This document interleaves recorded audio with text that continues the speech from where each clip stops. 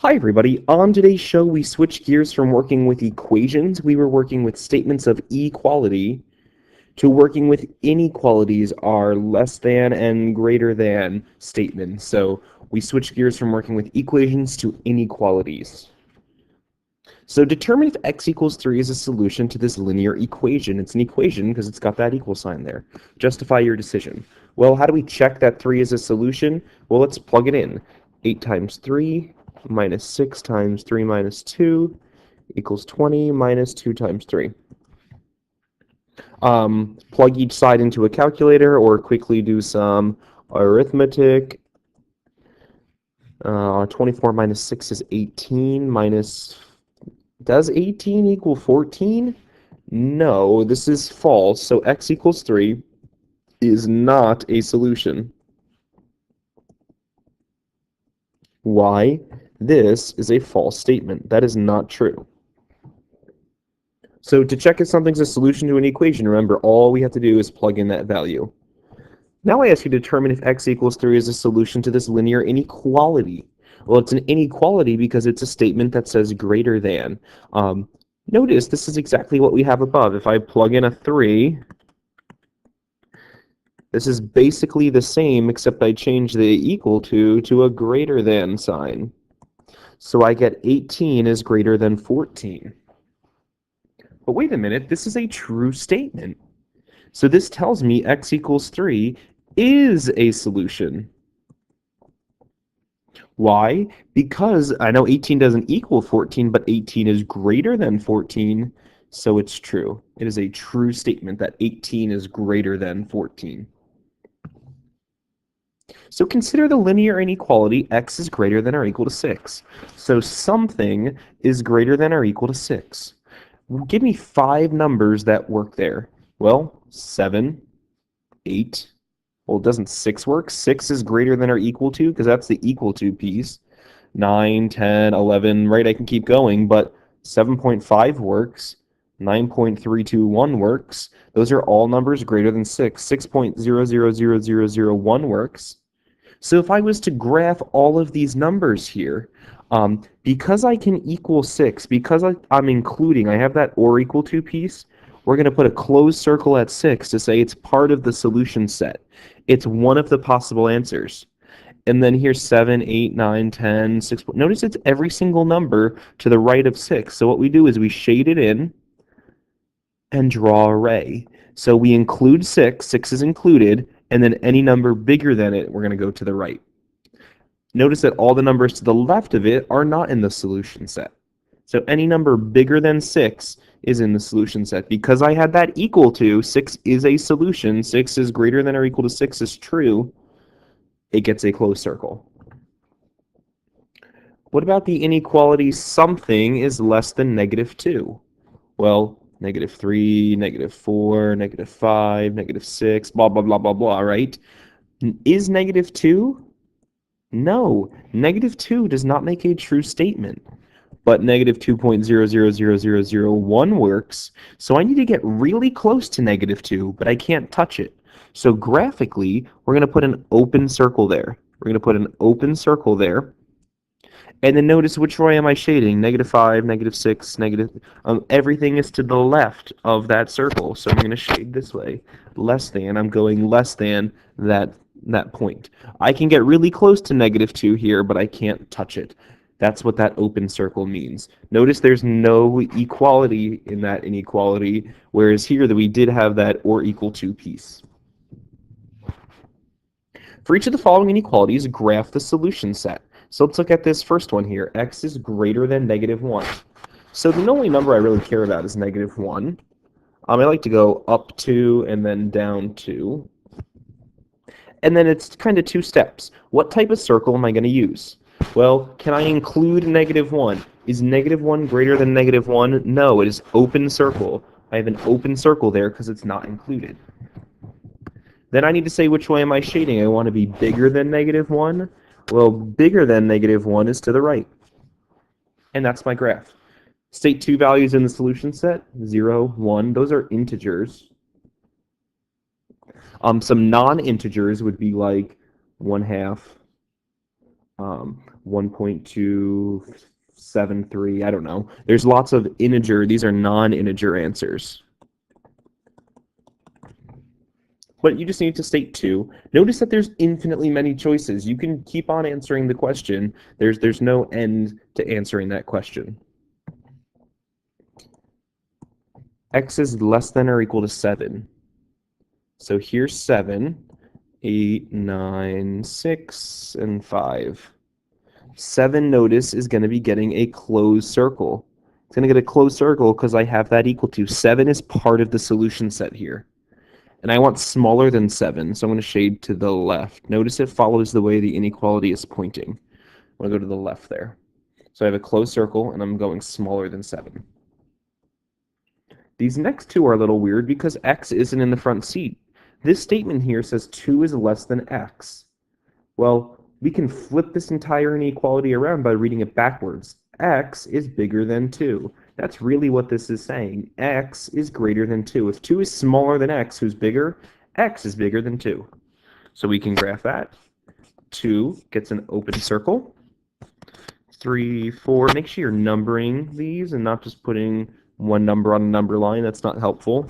And I want to be bigger. There's my open circle. I want to be bigger than 2. I want to go to the right.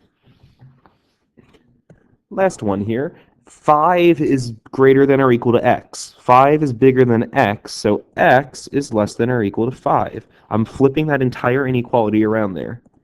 So I make my number line. 5 is going to go in the middle. 6, 7, 4, 3. So 5 is getting a closed circle because 5 is a solution to that inequality. It is in the solution set, and I'm shading less than. I'm going less than 5.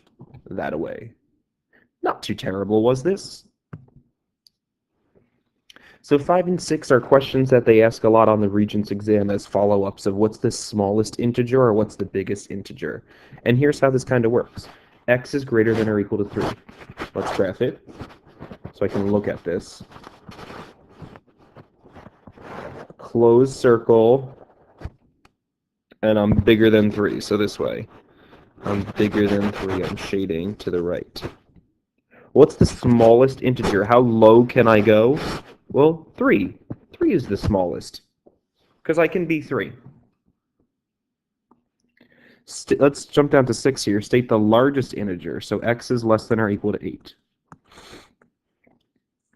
9, 10, 7, 6. So 8, notice here, is going to be getting an open circle. 8 is not part of the solution set, and I want to be less than it. So anything that I shaded is in my solution set. I want to know what's the biggest integer. Well, 8 is not a solution, so what's the next biggest integer? 7. 7's not the biggest number. There's like 7.5, 7.9, 7.99999, but 7 is the largest integer value.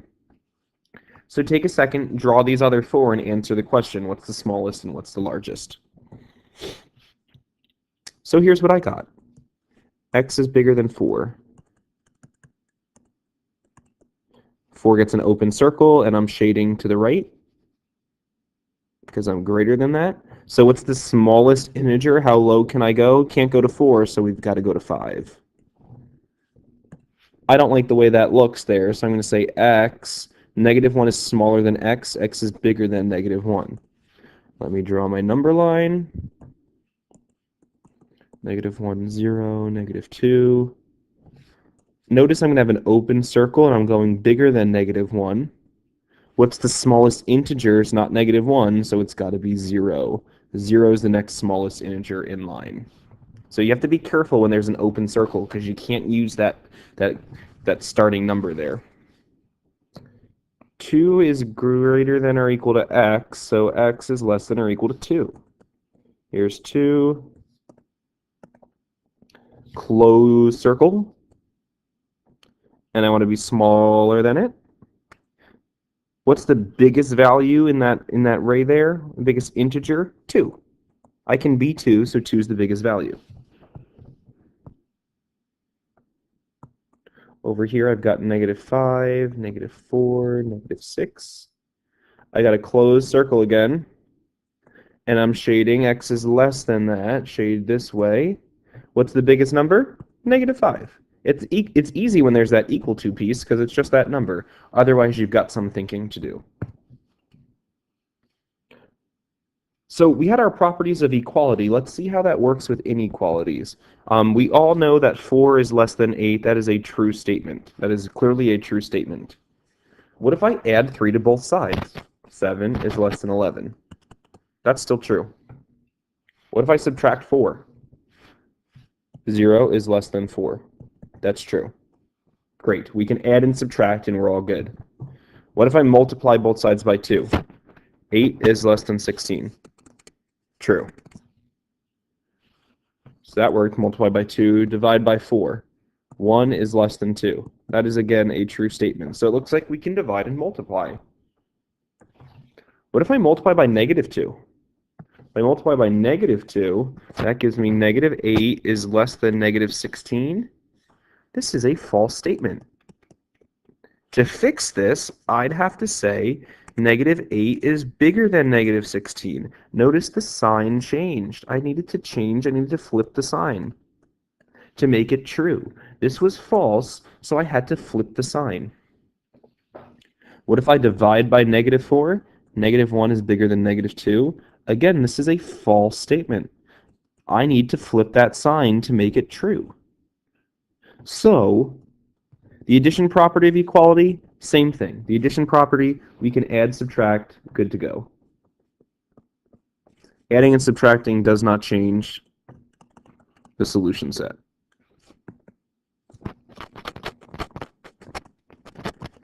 Multiplying and dividing, though, we got a warning. We need to be careful for working with negative numbers. If we divide or multiply by a negative number, the sign changes, the sign flips, the inequality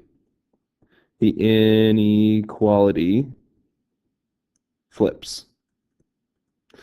If you have a less than sign, it becomes a greater than sign. If you have a greater than sign, it becomes a less than sign. So be careful when we work with inequalities. If you divide or multiply by a negative number, the sign changes.